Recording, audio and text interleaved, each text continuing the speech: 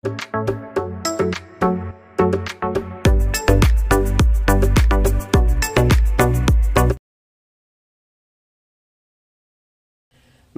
ഏവർക്കും study Nifty മലയാളത്തിന്റെ daily market ന്യൂസിലേക്ക് സ്വാഗതം. ഇന്ന് ഡിസംബർ 31, ഈ വർഷത്തെ ഏറ്റവും അവസാനത്തെ ട്രേഡിംഗ് ദിവസത്തിലേക്ക് നമ്മൾ കടക്കുകയാണ്.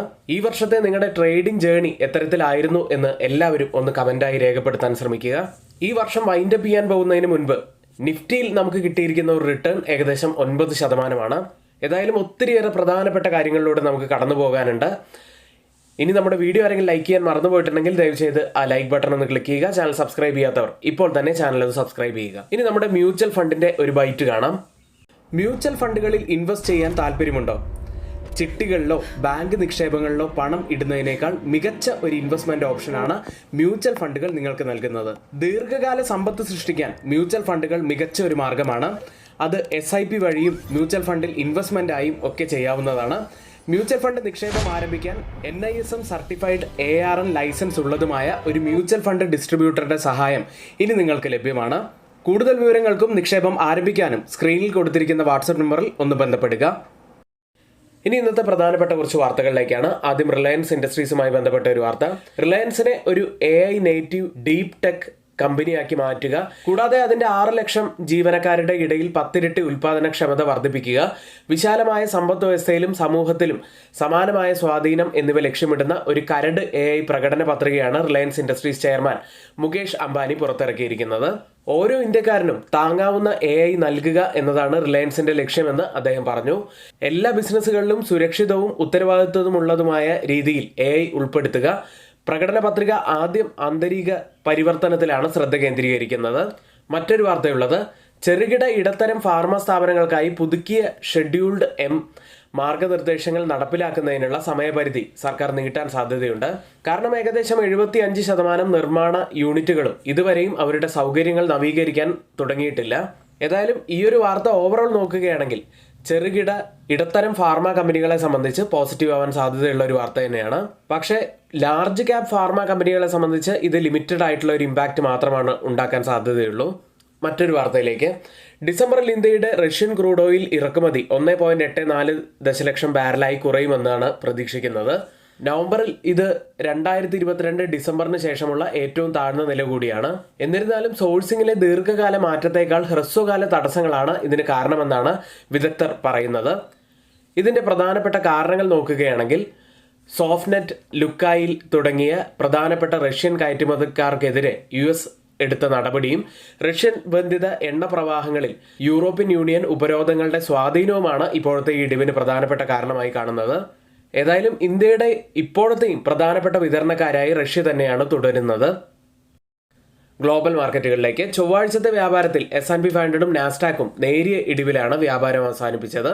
കമ്മ്യൂണിക്കേഷൻ സർവീസസ് ഓഹരികൾ നേട്ടം കൈവരിച്ചപ്പോൾ സാങ്കേതിക വിദ്യ, ധനകാര്യ ഓഹരികളിൽ ഇടിവാണ് കണ്ടത്. S&P 500 0.08% ചെറിയൊരു ഇടിവ് മാത്രമാണ് ഉണ്ടാക്കിയത്. അതിൽ തന്നെ പ്രധാനമായി അതിനെ ഫ്യൂവൽ ചെയ്തത് കമ്മ്യൂണിക്കേഷൻ സർവീസസ് ആയിരുന്നു. 1% മുകളിൽ ഉയർന്നു. US ലിസ്റ്റ് ചെയ്ത ഇന്ത്യൻ കമ്പനികളുടെ പ്രകടനം നോക്കാം. ഇൻഫോസിസ് 2% ഇടിവിലാണ് ക്ലോസ് ചെയ്യുന്നത്. വിപ്രോയും 1% ഇടിഞ്ഞു. ബാങ്കിങ് സൈഡിൽ ICICI ബാങ്ക് ഒരു മ്യൂട്ടഡ് അവസ്ഥയിൽ ക്ലോസ് ചെയ്തപ്പോൾ HDFC ബാങ്ക് 0.2% നേട്ടത്തിലും ഡോക്ടർ റെഡ്ഡി ലബോറട്ടറീസ് 0.35% ഇടിവിലുമാണ് ഇന്നലെ ക്ലോസ് ചെയ്യുന്നത്. ഇനി ഇന്നലെ യൂറോപ്യൻ വിപണികൾ നല്ല നേട്ടത്തിലാണ് ക്ലോസ് ചെയ്യുന്നത്. ഏഷ്യൻ മാർക്കറ്റുകളിലേക്ക്. ഇന്ന് ജപ്പാൻ, സൗത്ത് കൊറിയ മാർക്കറ്റുകളിൽ അവധിയാണ്. ഇന്നൊരു ഹോളിഡേ ആണ്. കൂടാതെ ഹോങ്കോങ്, ഓസ്ട്രേലിയൻ മാർക്കറ്റുകൾ നേരത്തെ തന്നെ ഇന്ന് ക്ലോസ് ചെയ്യുകയും ചെയ്യും. ഇപ്പോൾ ഓപ്പൺ ചെയ്തിരിക്കുന്ന ഏഷ്യൻ മാർക്കറ്റുകൾ ഹോങ്കോങ് മാർക്കറ്റ് 0.80% ഇടിവിലാണ്. സിംഗപ്പൂർ മാർക്കറ്റ് 0.18% ഇടിവിലും ട്രേഡ് ചെയ്യുന്നു. ഗിഫ്റ്റ് നിഫ്റ്റി ഇപ്പോൾ ഉള്ളത് 26,114 എന്ന നിലയിൽ 11 പോയിന്റ്സ് മാത്രം ഉയർന്നാണ് ഇപ്പോൾ ട്രേഡ് ചെയ്യുന്നത്. ഇപ്പോൾ സമയം 7 മണി കഴിഞ്ഞ് 45 മിനിറ്റാണ്. ഇപ്പോഴത്തെ ഒരു നില വെച്ച് നിഫ്റ്റിയിൽ ഒരു മ്യൂട്ടഡ് ഓപ്പണിങ്ങിനാണ് സാധ്യതയുള്ളത്. ഗോൾഡ് പ്രൈസിലേക്ക്. തിങ്കളാഴ്ചത്തെ വലിയ സെൽ ഓഫിന് ശേഷം ഗോൾഡ് ഫ്യൂച്ചേഴ്സ് ഇന്നലെ നല്ല നേട്ടമാണ് ഉണ്ടാക്കിയത്. 1.2% ഉയർന്നാണ് ഇന്നലെ ക്ലോസ് ചെയ്യുന്നത്. കേരളത്തിലെ ഗോൾഡ് പ്രൈസ് പവന് 99,880 രൂപയാണ്. ഇന്നത്തെ ഏറ്റവും പ്രധാനപ്പെട്ട കുറച്ച് വാർത്തകളാണ് നമ്മളിവിടെ ഷെയർ ചെയ്യുന്നത്. ഇനി ആർക്കെങ്കിലും നമ്മുടെ പെയ്ഡ് എഡ്യൂക്കേഷൻ ടെലഗ്രാം ചാനലിൽ ജോയിൻ ചെയ്യാൻ താല്പര്യമുണ്ടെങ്കിൽ ഇപ്പോൾ തന്നെ തൊട്ടുമുകളിലെ വാട്സ്ആപ്പ് നമ്പറിൽ ഒന്ന് മെസ്സേജ് അയച്ച് നിങ്ങൾക്ക് ജോയിൻ ചെയ്യാവുന്നതാണ്. അടുത്ത പ്രധാനപ്പെട്ട 3 സ്റ്റോക്ക് ന്യൂസുകളിലേക്കാണ്. ആദ്യം ഭാരത് ഫോർജ് എന്ന കമ്പനി. ഇന്ത്യൻ സൈന്യത്തിന് 2.55 ലക്ഷം സിക്യുബി കാർബൈനുകൾ വിതരണം ചെയ്യുന്നതിനുള്ള പ്രതിരോധ മന്ത്രാലയത്തിൽ നിന്നുള്ള 1661.9 കോടി രൂപയുടെ പ്രതിരോധ ഓർഡർ കമ്പനി നേടി. അടുത്ത് പവർ ഗ്രിഡ് കോർപ്പറേഷൻ എന്ന കമ്പനിയാണ്. ആന്ധ്രാപ്രദേശിലെ 2000 മെഗാവാട്ട് ബാറ്ററി എനർജി സ്റ്റോറേജ് പ്രൊജക്ടിന് വിജയകരമായി ലേലക്കാരായി കമ്പനിയെ പ്രഖ്യാപിച്ചു. അടുത്ത ഇന്റർഗ്ലോബ് ഏവിയേഷൻ എന്ന കമ്പനിയാണ്. GST വകുപ്പ് കമ്പനിക്കെതിരെ 458.26 കോടി രൂപയുടെ GST ചുമത്തിയിരിക്കുന്നു. ഇത് ഈ സ്റ്റോക്കിനെ സംബന്ധിച്ച് നെഗറ്റീവായിട്ടുള്ള ഒരു വാർത്ത തന്നെയാണ്. ഇന്ന് F&O സെഗ്മെന്റിൽ ബാനായ സ്റ്റോക്കുകൾ ഒന്നും തന്നെയില്ല. അടുത്തതായി FIDE ആക്ടിവിറ്റിയിലേക്കാണ്.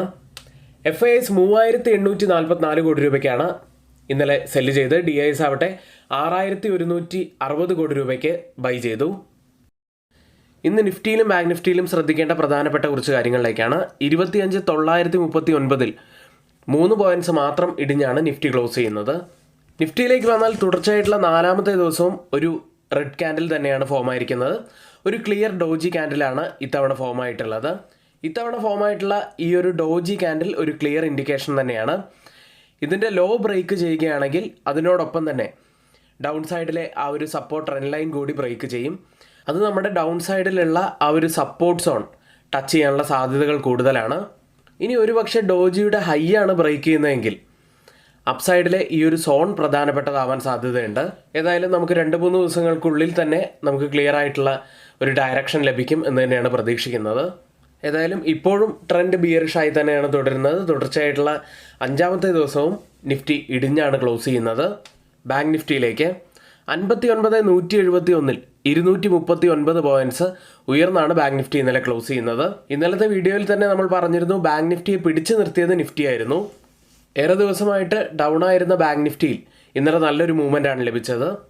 ഇന്നലെ നല്ല വോളിയം കൂടിയുള്ളത് ബാങ്ക് നിഫ്റ്റിയെ സംബന്ധിച്ച് പോസിറ്റീവായിട്ടുള്ള ഒരു കാര്യം തന്നെയാണ്. ഏതായാലും വരുന്ന ദിവസങ്ങളിലും ബാങ്ക് നിഫ്റ്റിയുടെ ഒരു പെർഫോമൻസ് നമുക്കൊന്ന് വാച്ച് ചെയ്യാം.